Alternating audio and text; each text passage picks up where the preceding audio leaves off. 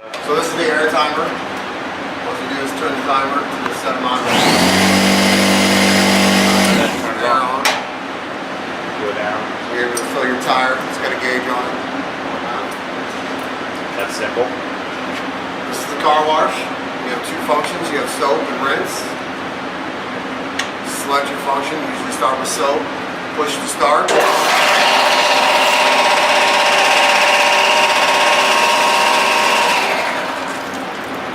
Product will start coming out. You wash your car with soap and then rinse it. When you press this button, you have 4 minutes, and then when that 4 minutes expires, you can always press it again if you need more time. So that there's a stop off button that just turns it off, I guess, yeah. The lever in the Yeah. middle. Boom, that's pretty easy. I could tell the water was off, so when I started that, I knew that it was starting the pump because I could hear it. So we had that valve closed when I showed you that last night. Oh, it's supposed to water's off. Well, good thing nobody came out and used it. That is so.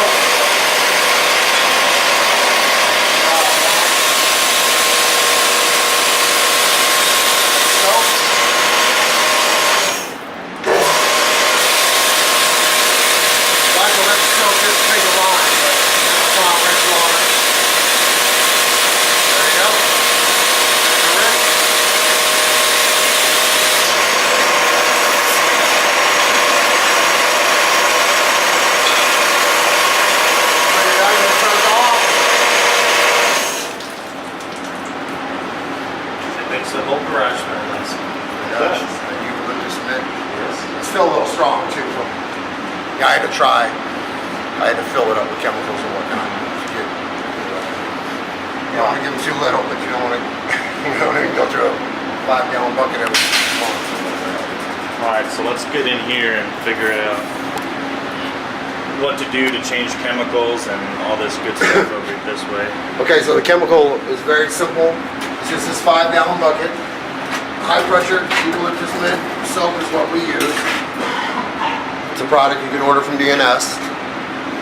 When you get it, you open up the lid on the soap, that lid right there. This is called a foot valve. This is a screen that doesn't allow any dirt or anything to get into the chemical and whatnot.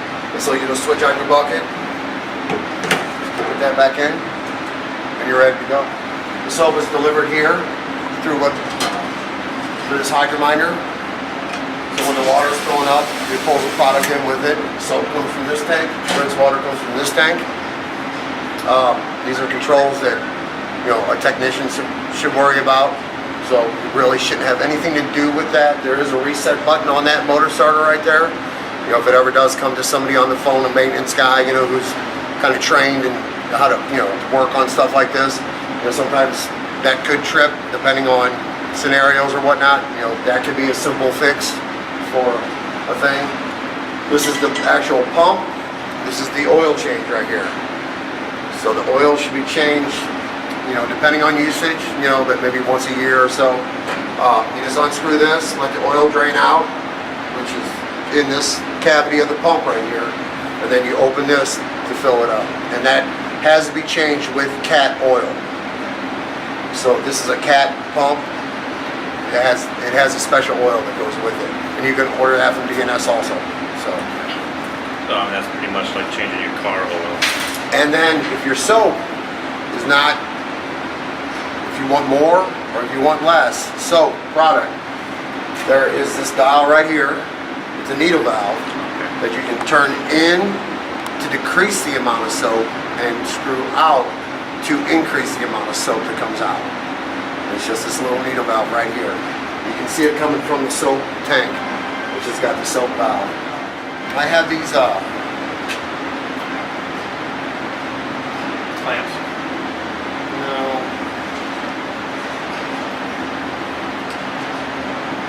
Anyways, there's a term for it. And that lets the amount of chemical in.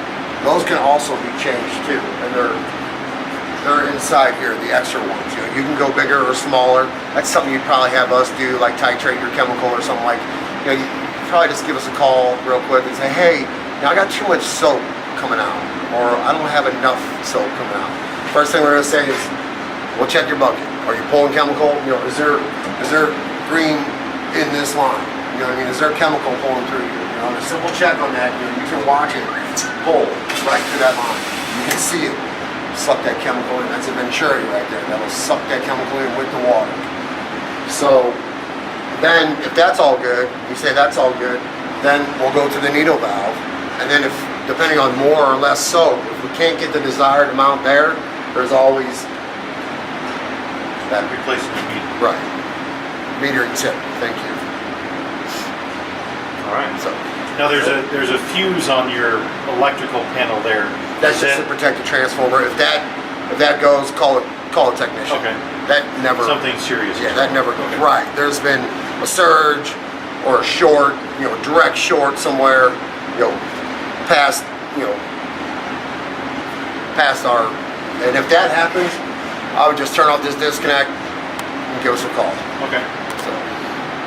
So like you said, there's a valve to turn on and off the water that was not, It's a shut-off valve right down here on the rinse tank. You probably have to get pretty low to see it, yeah, I see, I get it. and that feeds your water into your pump right here. And that's a recirc to let, the amount of pressure be adjusted, which is adjusted by that, okay? And then it just goes out to your lawn. Okay. So when should that valve be off or on? Or, I mean, turn it Always off, on. Always on. It would only be, I was showing him that last night for a maintenance feature. So like, sometimes a technician has to go in and build a pump or change out a pump. You know what I mean? If you don't want to rebuild it, sometimes you just get a new one. You know what I mean? If it goes bad. You know what I mean? So that's a luxury, for us to be able to shut off the water, not have to drain the tank and do all that stuff. Change the pump, hook it back up, turn the water on, and you're ready to go. Okay. So that should never even be messed with, by. Now, if people complain that the water pressure at its present setting was not enough to clean their cars, and we want to increase it, what is the maximum safe level to increase it to, or should it not be, just leave it where it's at? You can increase it a little bit, you know what I mean? But I wouldn't go above. All right, so we're probably set at 1100. I didn't Okay. quite see, but somewhere between 1100 and 1250 would be max. You know what I mean? Okay. You start cranking them down, you can get quite a bit of pressure out of these. When you start lowering the life of your pump, and you start taking a chance of somebody getting hurt with that water coming out of it. Okay. So, and we don't want that. Like I So said, leave it where it's at. right. Okay. People coming in flip-flops, summertime, and they get that across their foot, they will cut their skin. So, question I have, this unit is in the basement. The basement is supposed to be conditioned so nothing freezes. If for whatever reason the system fails or whatever, and we start seeing ice forming and it's below freezing, do we need to do anything with this unit to make sure that it does not break? You would have to. I would turn off the water to that valve we discussed. Maybe take this and let that water have a place to go. If it does expand too much, you know what I mean? So this is a non-working swivel. You know what I mean? So it's not made for like a wand swivel. It's just something that's easy, a quick disconnect for us. If these hoses go bad or whatever, if you have to replace a hose, it's a convenience. So that comes off real easy.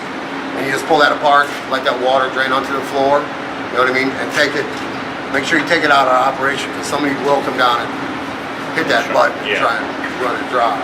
But so then that way, it'll drain enough water out, it'll let it expand and contract, the way it needs to. It won't push, all of our porcelain and everything inside this pump apart and blow out the seals. So that would probably be your best bet. I would just turn on the water, unhook it here. If it freezes in here, when it thaws, it'll be fine.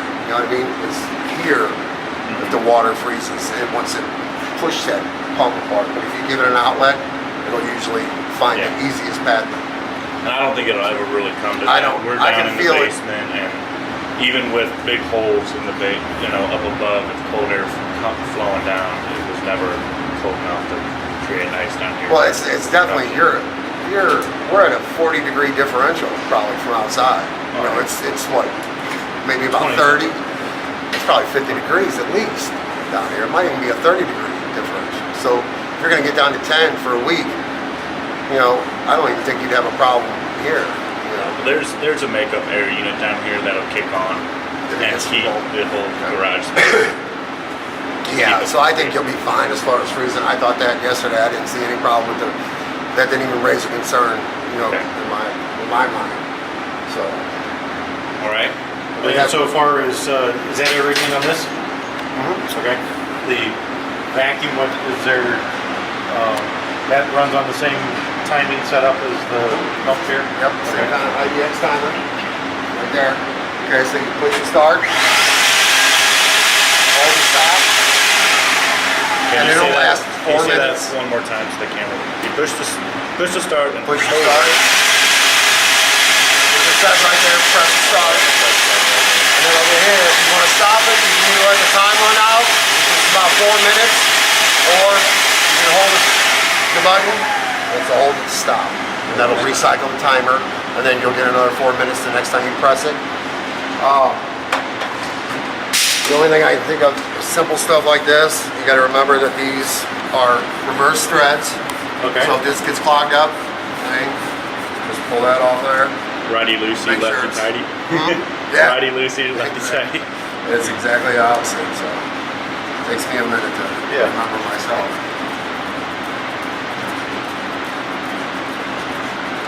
So that's that. Here, the only part of the maintenance on this, you have these cabinet doors, or cylinder doors, whatever you want to call them.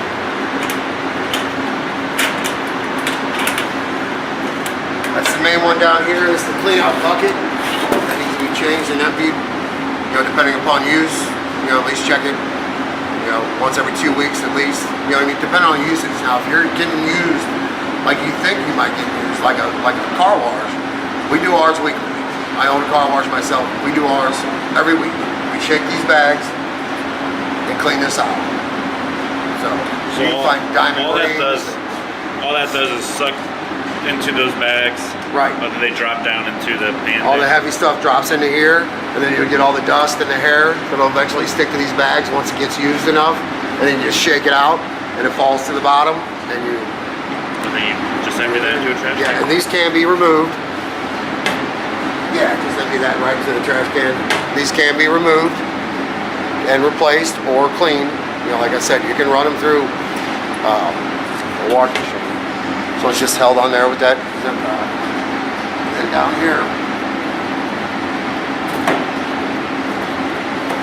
we got 4 holes down in there that seats right into. That light doesn't go on, so it's gonna be nice.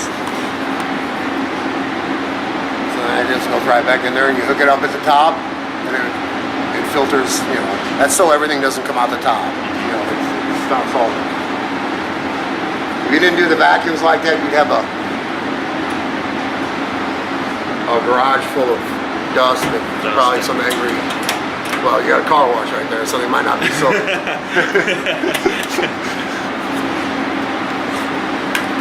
And then he said he might get a trash can for over here, so he just dump this in, and people will Yeah, they'd be want a throwing place to throw stuff their out. trash. Yeah. So Burger King wrappers Right. or whatever.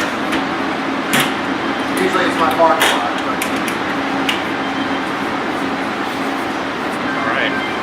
I think that does it.